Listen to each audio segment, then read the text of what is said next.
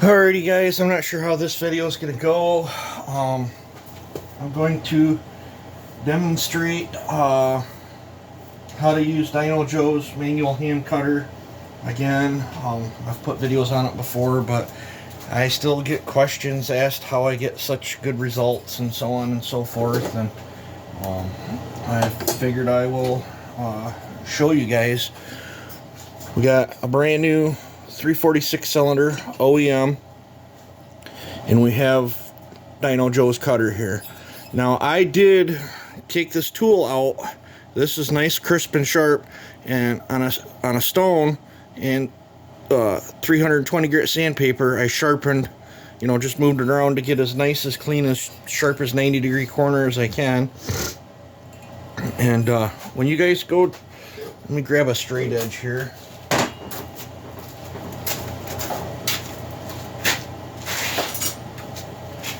A crucial part is getting your straight edge lined up. I've got the camera set on the vise where I'm going to mount this. I gotta move around here, but I just take a fat straight ruler. I'm gonna, hopefully you're in view because I can't see what I'm doing through the camera, but I literally just make sure my tip is lined up square to my base right there. And then, now what to do with that cylinder. When you go to slide your cylinder in and out of these, point the tool at you. I take the exhaust port and you make sure you're pushed to the back wall and gently go down. That slop that's in here, you want it so that tool's not dragging up and down your cylinder.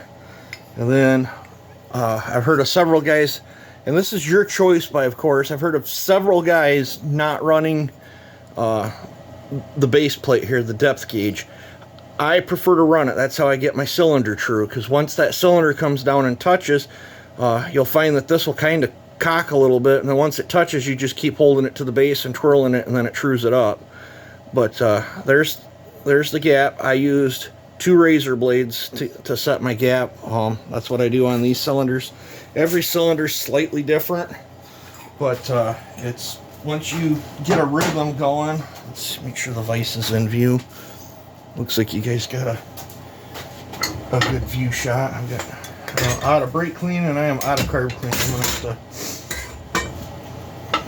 to tough it up, make a trip to Walmart. Hopefully they got some stuff in stock. If not, I'll have to swing into AutoZone. I still got stuff in the way from here.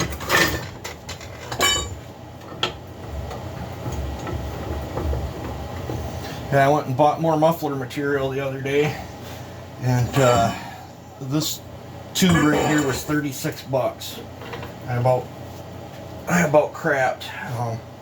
I am definitely not enjoying the Bidenomics. I think it's ridiculous what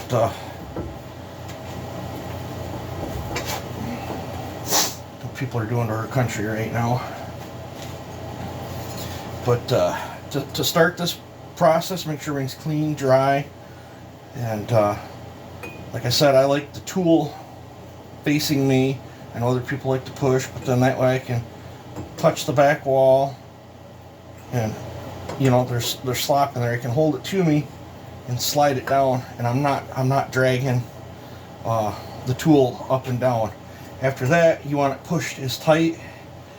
You're putting more pressure this way than you are down pressure. The tool's aggressive. It will take its own bites. I put my hand up on top, and then I'm keeping steady pressure that way towards the tool. If you get off from this, what will happen is you'll create a step in there, and once you pass that step with this tool, you cannot cut that back out. It's off to the lathe you go, or you're sitting there with a carbide cutter with tape on one part of it with it on an angle, and you're going around in there trying to get your lip off. You do not want that lip to start. So the point is to keep it nice, true, and just steady. Do not be in a rush when you're doing this. If you guys are porting saws and you get in a rush, there's no sense in doing it. I don't rush anything that I do. That's how mistakes happen. So your port work starts looking not so good. And just do a few revolutions, and then you can see where it cut out, and then there'll be a flake up there that you always got to get out. And this one's got a little bit of Nikasil up top that we're going to have to get through. I don't know if you can see this. Sometimes they have it, sometimes they don't. And aftermarket cylinders are horrible. A lot of times I'll just cut them on the lathe because I can get aggressive with that. Once again, pressure back. Slow and steady wins the race here, guys. Now I've heard of people putting these things in lathes and trying to turn them on a lathe. That's a good way to ruin your cylinder, your tool, and get severely hurt. I don't recommend that. If you're going to use a lathe to cut a chamber, use a boring bar, have it bolted on, or I've seen plates that people have made up where they can bolt the cylinder to, all sorts of stuff.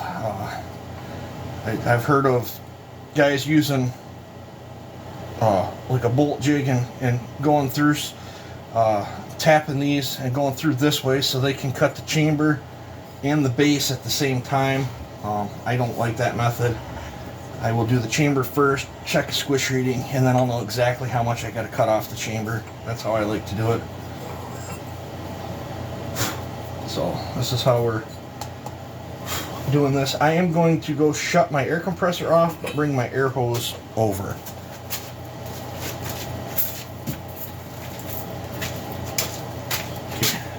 That way I can blow things off and not have the compressor kick on. When you're trying to get through Nikasil like this, it'll get a little grabby. You just gotta take your time, and then once you're through that Nikasil, it'll be smooth sailing.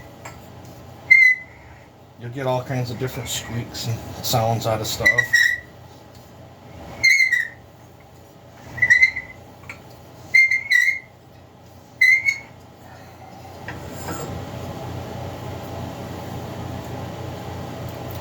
I got a pick here. I try to get that next cut that's in the way out of the way when I go to put this back on. And keep an eye on your tool too. If it gets loaded up right here, just pick it out. Otherwise it won't cut very good. I'm horrible at setting things up in the lathe, cut on chambers, so I actually use Joe's cutter quite a bit, especially if it's on easy cutting ones, because however long it takes me to cut this, I guarantee it'll probably take me longer than that to get it dialed in on the lathe. And this is going to be one of them cylinders where it's going to come off in crunchy aluminum. Sometimes it comes off in curls, great big soft chunks.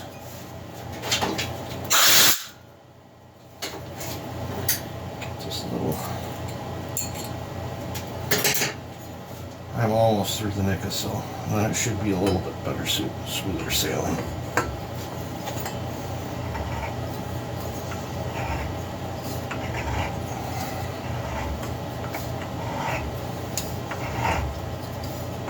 And the reason I'm cutting the chamber on this is I need to lower the exhaust, and I want to up the compression.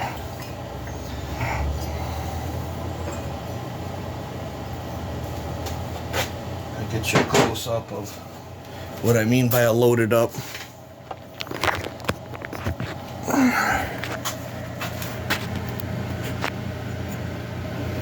See how it loaded up right there? I want to do with my pick.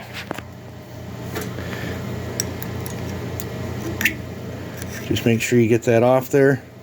And you can see that Nikasil starting to already tear up my nice edge I had on that. I sharpen this bit on every cylinder.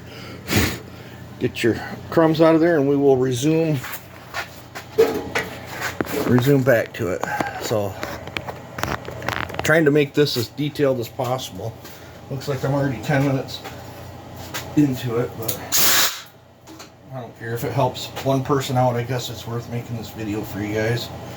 Get that little lippy thing out of there.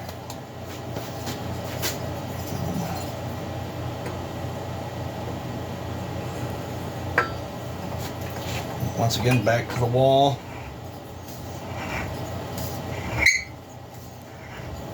Sounds horrible. Reminds me of chalkboard and nails. When I catch that Nikasil.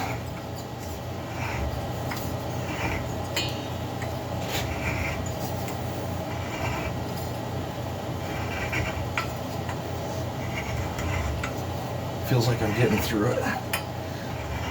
One more cut.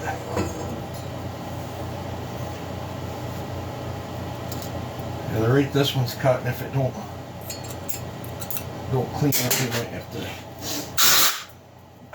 sandpaper a smooth finish into it, because for whatever reason this must be a different alloy than the last 346 one I cut. Just how it goes sometimes.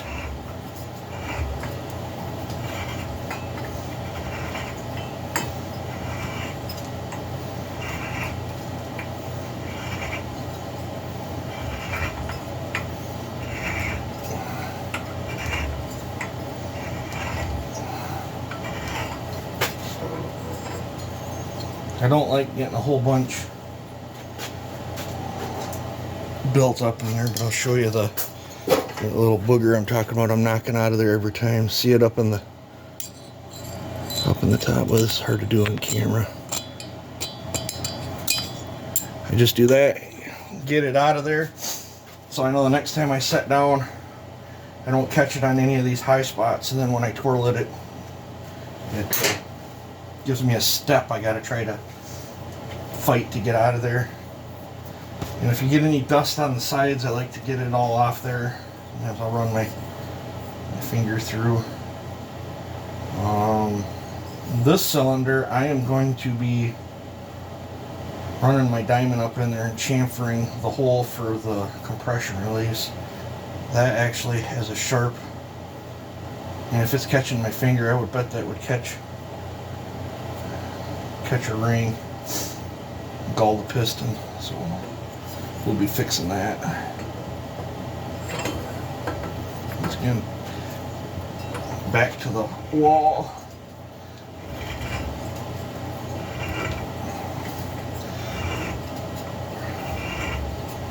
I'd like to film this whole process for you so you guys get the whole gist of it.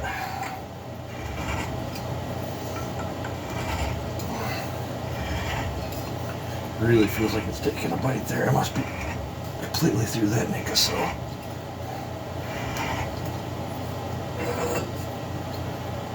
Yeah, this one's coming off in coarse powder.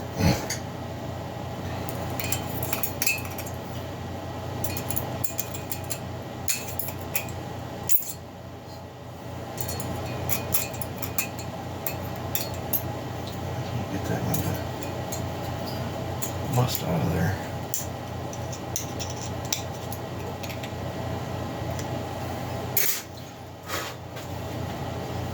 Just line it back up with the cutter.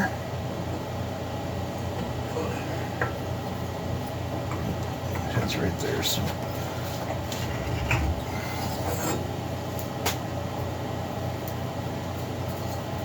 knock that off there.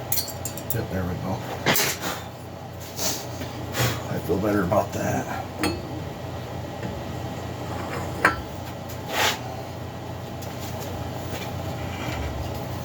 We're not getting very far.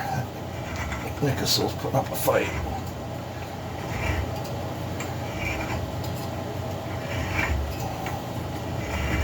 Those used OEM ones that I did, man, they cut like butter. This is the worst cutting 346 one I've done to date.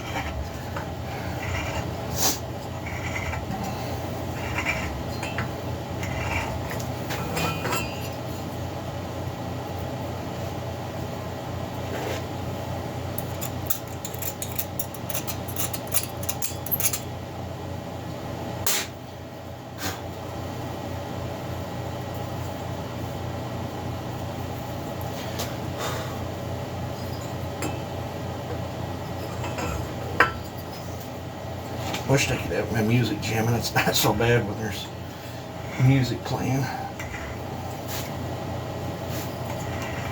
Let's back that one to cut what is going on here. Close it up. Just that little piece right there stuck to it was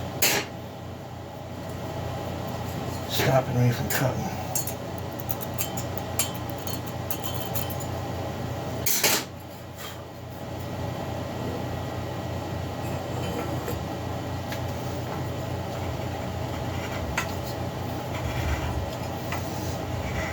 For me, the lathe, a half-hour setup and then 2 minutes to cut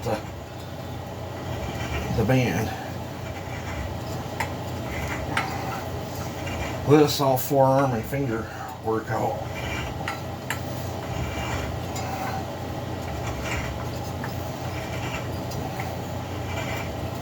That feels like we're getting somewhere. I don't know if you can hear it cutting. She's taking some effort to turn it.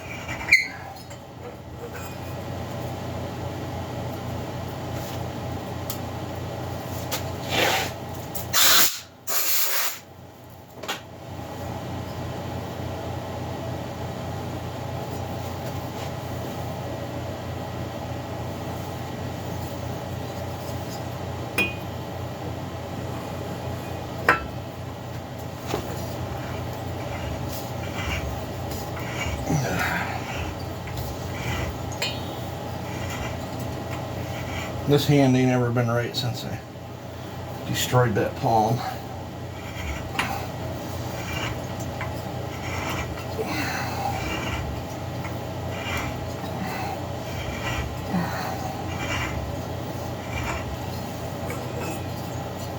Now we're starting to get some kernels.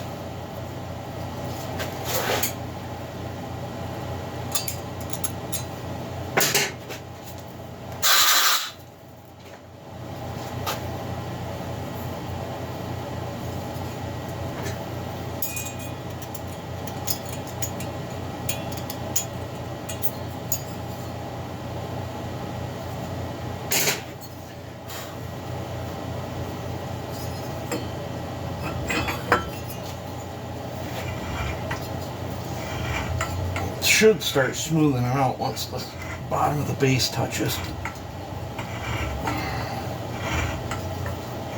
It'll probably a curly video, but at least you guys will see what it takes to when you're doing these by hand, and hopefully this will help out people that are having problems.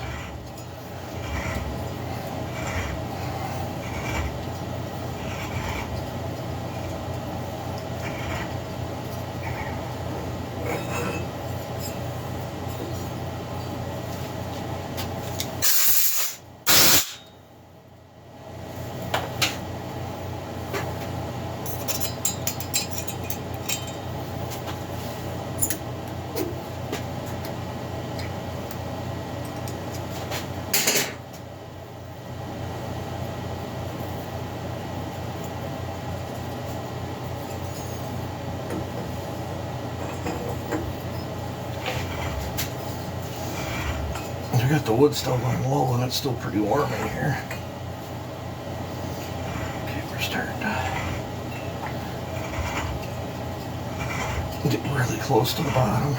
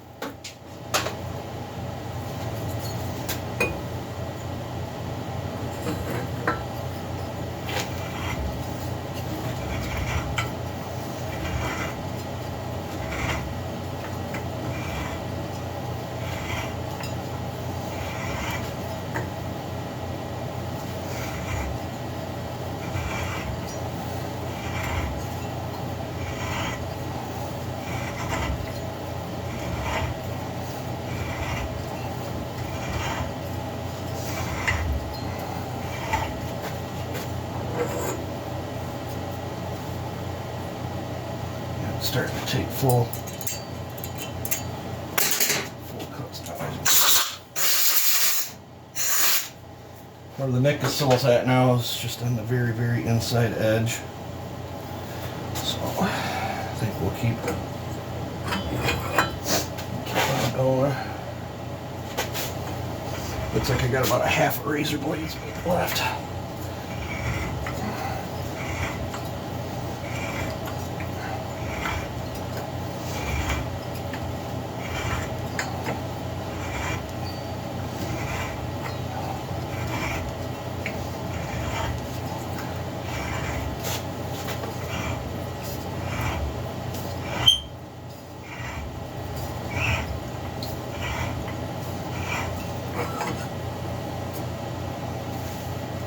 Right here we got a big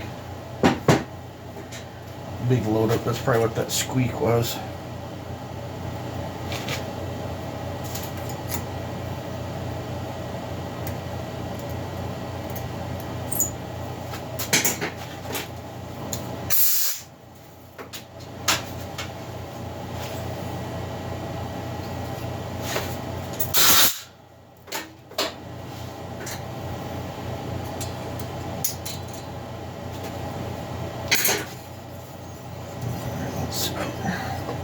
If you notice, I'm putting the cylinder back on the same way every single time.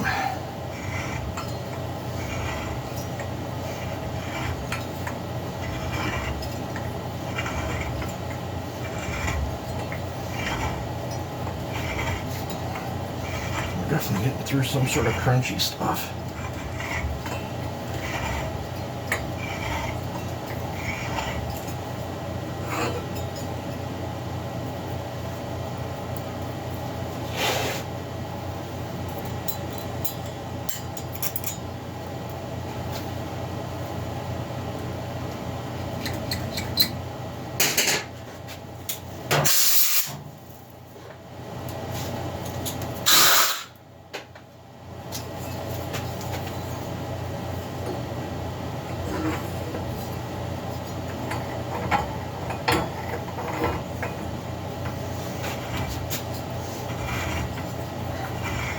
And the more you do of these, the better you'll get.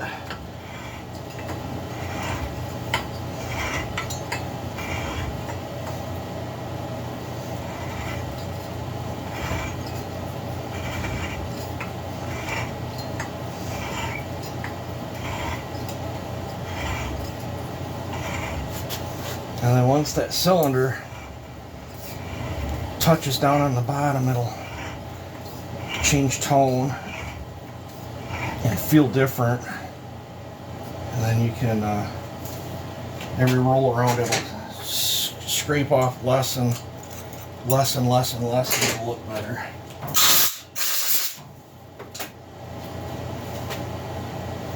But just by what I'm seeing, we might have to sandpaper this one.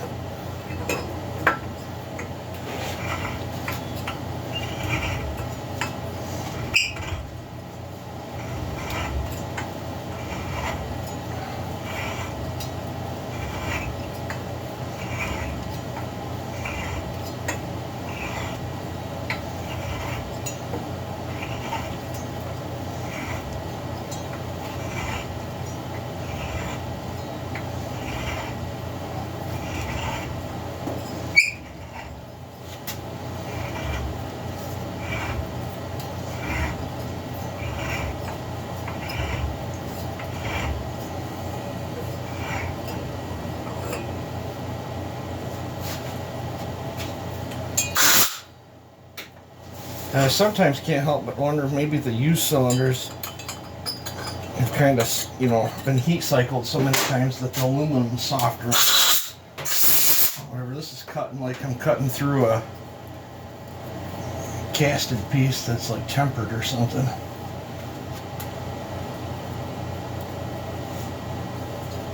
Let's see if we can get her to clean up.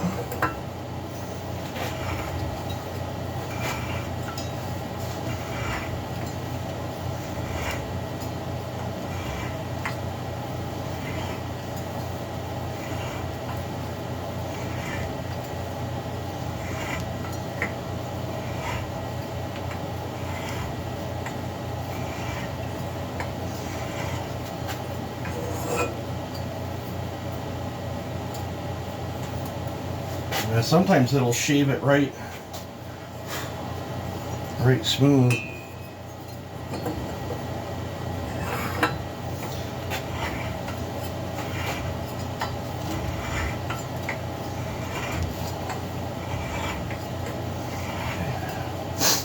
Skirts are starting to touch right now.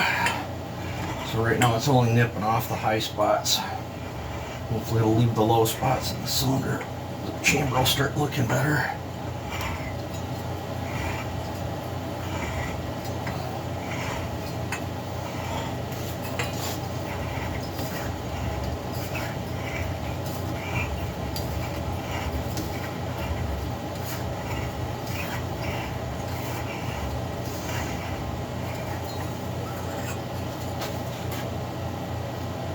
Galled up on me again.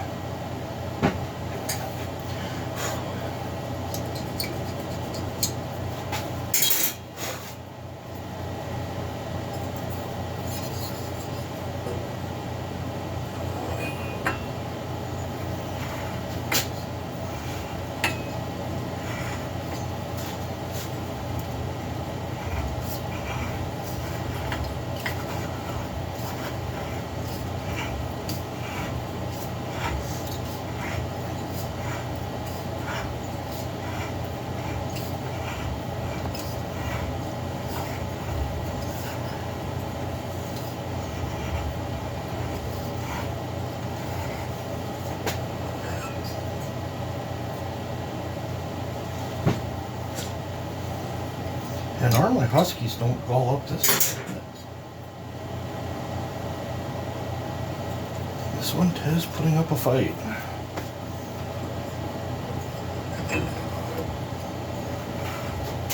Of course, go figure, I get the camera out and things don't want to cooperate.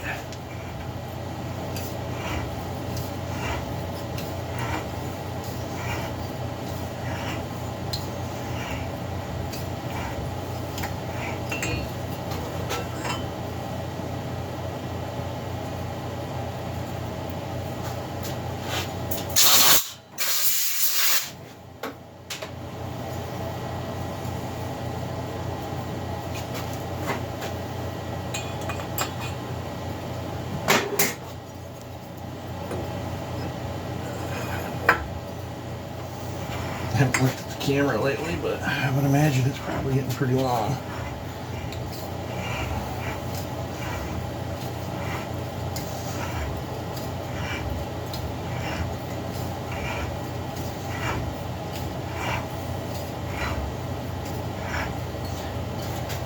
So I am down on the skirts. It's not really cutting any more out of it. Right now it's just taking the chatter and the high spots out.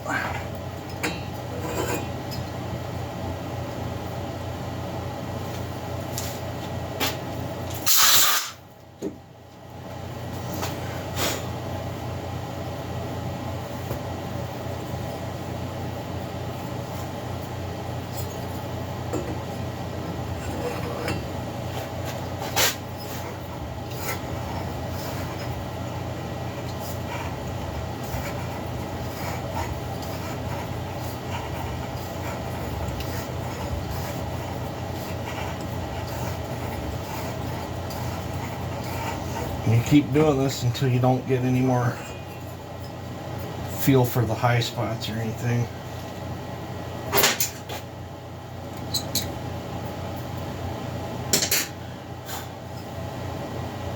I still see a high spot in there.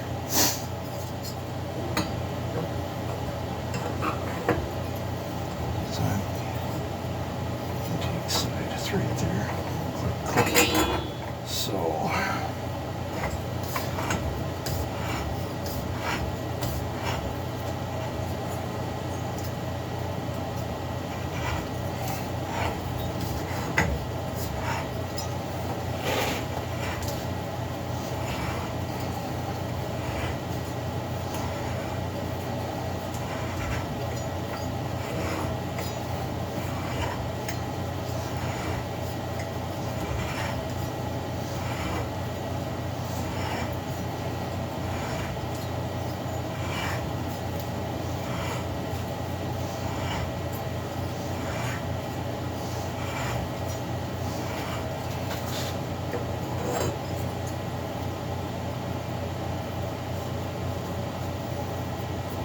starting to look like something.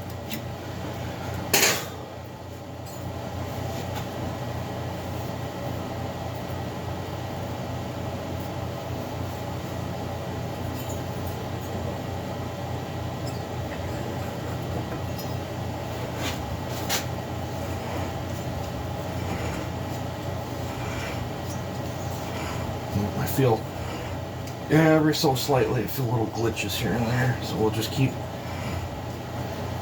going until I don't feel any glitches.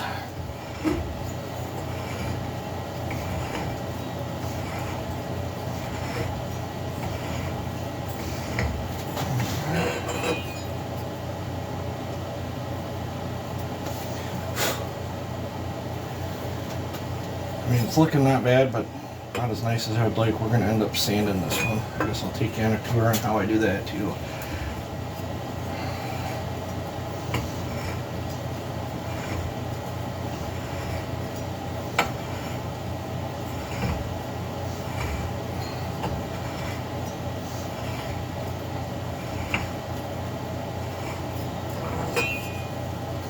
See, I'm getting less and less chips. I'm going to call that good right there. And I'm going to pause this because holy crap, it's already 32 minutes. So I'm going to pause this and get the stuff all set up to do it, and then I'll bring you back. Alrighty guys, I'm back. I did this off camera, cleaned off this lathe. I have my other one all set up to cut chamber and for slacks and saw, and I've got it all in the same taper and all that stuff, so I don't want to change nothing up on that one until my parts get here. So I cleaned off my little one. This is just a arbor that I made up. I've got sticky sandpaper stuck to it, 80 grit. As you can see, I've not touched the chamber at all yet from cutting it by hand manually. When you do this sandpaper stuff, make sure it is cut dead even and there's no flaps overhanging, otherwise you'll scratch the crap out of your cylinder. See how that goes right on? And then we will take, you know, this one's really sharp. Let me grab a nut or something to put on there. I don't want to. Maybe.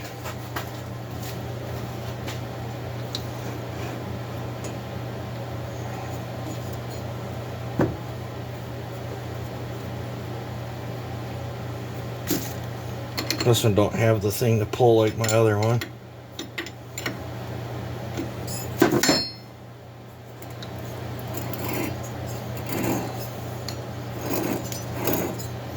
And all I do is just twirl this.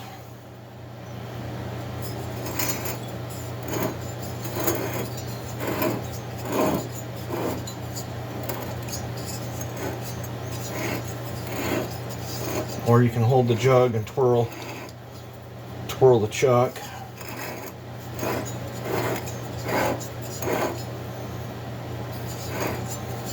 You could have held this and turned the mandrel by hand too, but this holds everything all nice and straight and true. I don't have to worry about it if I'm getting lopsided.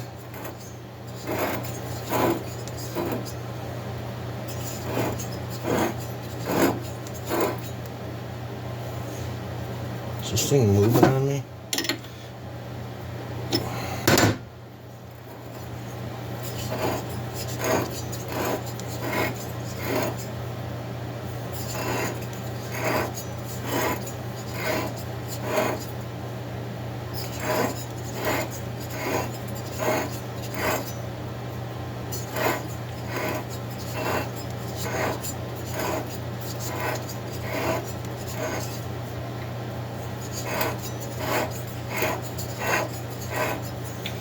Take a peek.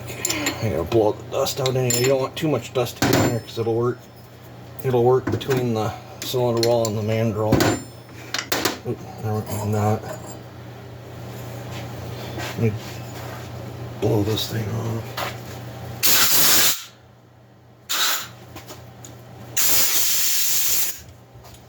I always like to re-clean the mandrel.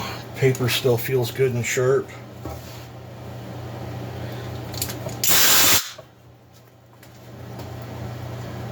Looking better already.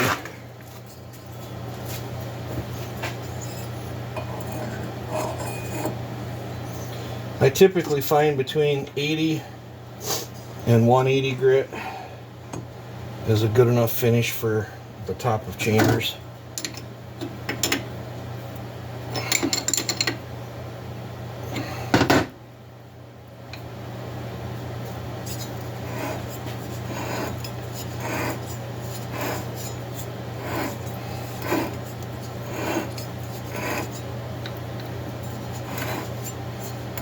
This video is probably not going to do so good.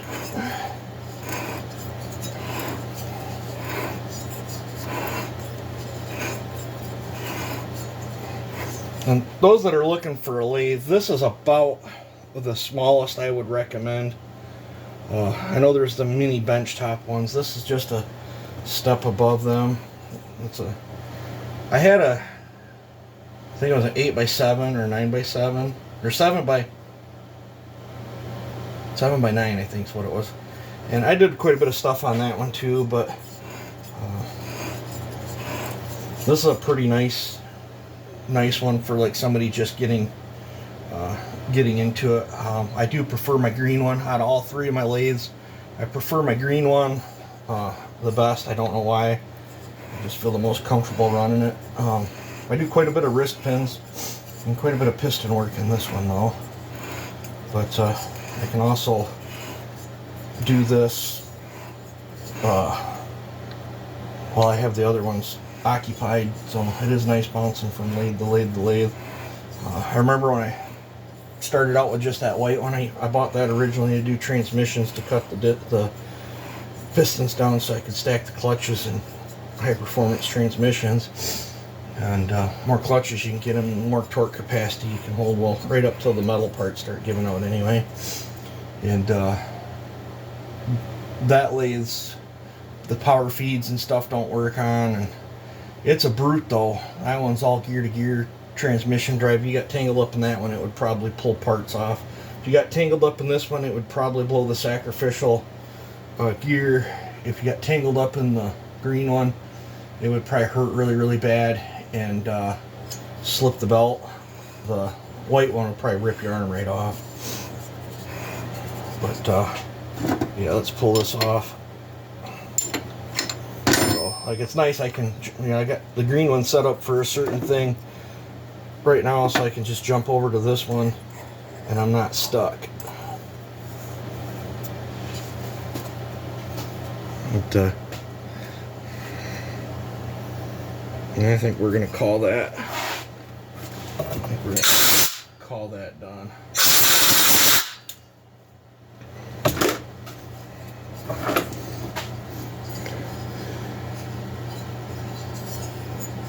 Not too bad. So probably, since I've got the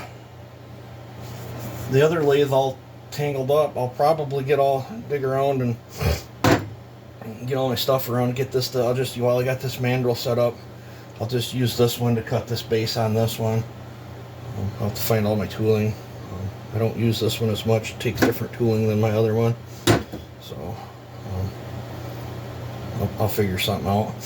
But I'd rather take time to set this one up to cut a base on than to undo everything I got set up to do the chamber on and then have to try to match all that back in later. So, but I'm going to call this a video right there. Hopefully it helps somebody out. But that is how I cut. One of the ways I cut, chambers. This method right here, you can do the same thing on. It's going to take you forever. Back when I was cutting chambers this way, and I still do every now and then, especially if I've only got to remove just a tiny, if I only got to move it 5 thousandths or something, this is the way to go. Much more than 10, I don't like doing it this way anymore, but because it just takes so long. But yeah, you can cut chambers. There's so many different ways. Who might say what's the right way, the wrong way? I don't know how many apparatuses I've made up just to manipulate a chamber in my favor. And then If you don't want to cut chambers, you can just cut it off the piston, drop it off the base, and stuck the piston up in there, and you still get good gains that way. I've done it all sorts of different ways, but hopefully this helped somebody out. You guys take it easy and have a good one.